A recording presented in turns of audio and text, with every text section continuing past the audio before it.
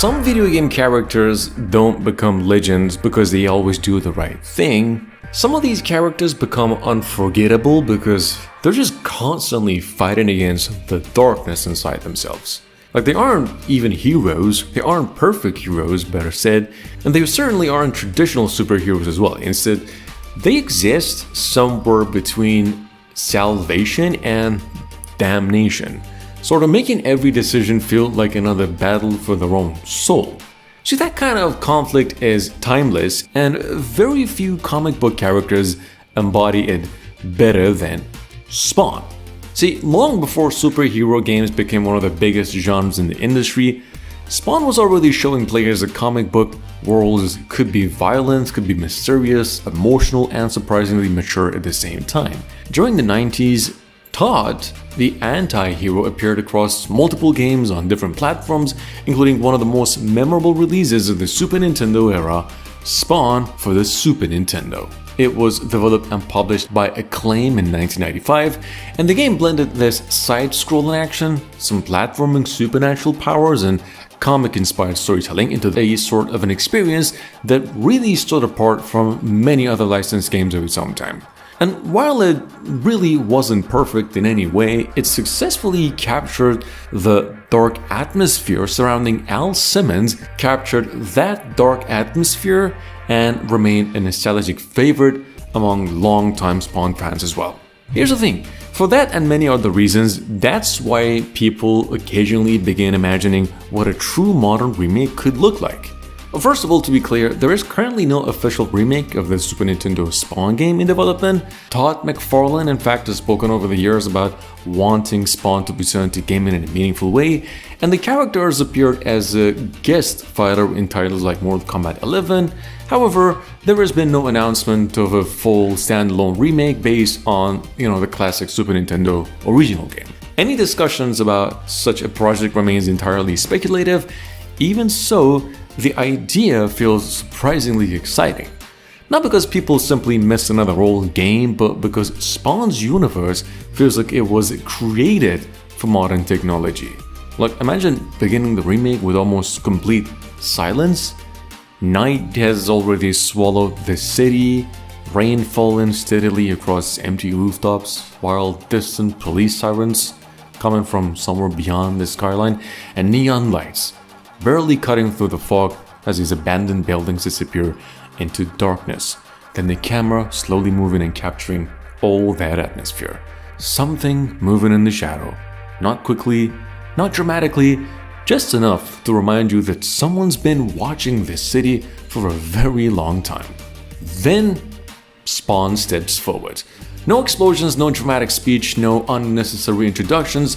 The cape slowly unfolds behind him, almost like a living creature, before he disappears once again into the darkness. In fact, that opening alone immediately establishes something the original hardware probably couldn't even imagine. Spawn's greatest weapon has never been his chains, or his necroplasm, or even his incredible strength. It's the atmosphere. Everything surrounding him feels haunted. That atmosphere deserves to become the foundation of a remake, if ever considered. One of the most fascinating aspects of Spawn has always been the world itself as well, where unlike many superhero universes where good and evil remain clearly separated, Spawn sort of exists inside a reality where heaven and hell manipulate humanity from the shadows, while these ordinary people rarely even understand the larger war unfolding around them every day. Every street corner, every abandoned church, cemetery, and forgotten warehouse carries this feeling that something ancient may be watching from just beyond human sight. Modern hardware, of course, could finally bring that vision very much to life. The city never stops feeling alive or dangerous. Traversal could become one of the game's defining strengths as well. Back on the Super Nintendo, movement naturally remained limited by technology, but Spawn's abilities have always suggested something much larger.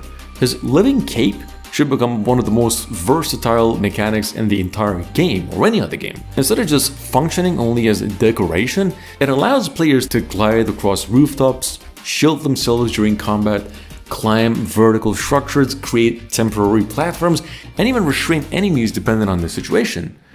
Movement should feel fluid rather than mechanical, where every rooftop connects naturally to the next one, every leap transforming into another glide, and every landing immediately flowing into combat. Players, so to speak, shouldn't constantly think about individual controls, they should simply feel like Spawn. Combat, at the same time, deserves that same philosophy.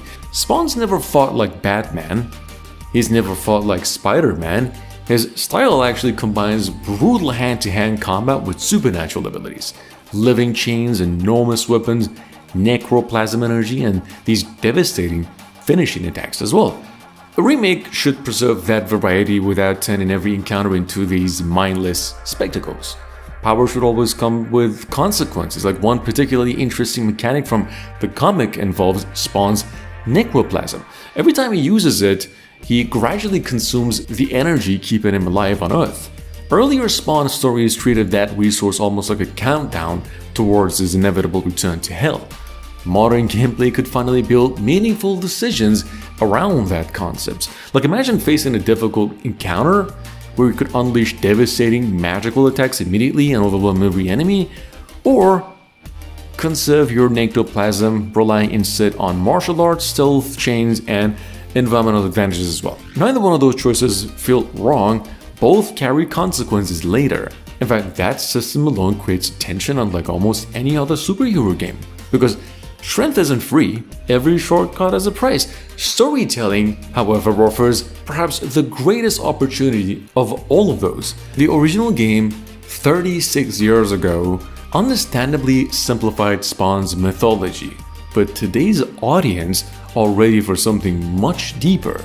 Alfred Simmons wasn't born a hero, he was an elite government assassin betrayed by people who he trusted. After dying then, he made a desperate deal with the ruler of Hell, simply just to see his wife one last time, only to discover that years has passed, his life had disappeared, and he had become something entirely different. That tragedy remains one of the strongest origins in comic book history. A remake should allow players to experience that emotional journey rather than just simply hearing about it. Flashbacks gradually revealing Simmons' former life, conversations quietly exposing his regrets, every major decision reminding players that Spawn constantly struggles between the monster he has become and the man he refuses to stop being. Technology has changed. Gaming has evolved. Superhero stories have become bigger than ever. Yet, very few characters still occupy that very unique space between light and darkness, quite the way Al Simmons does. If someone ever decides to rebuild that original Super Nintendo adventure from the ground up, they wouldn't simply be remaking another licensed game from the 1990s, they're gonna be reintroducing players to one of comics' most fascinating anti-heroes through the kind of atmosphere, storytelling, and world design that modern hardware is just basically built for. And somewhere above the rain, that rain-soaked city, hidden among broken gargoyles and endless shadows, Spawn will still be waiting. Not for revenge, not for glory either, but for one more chance to prove that even the most broken soul can still choose which side of the darkness it belongs to.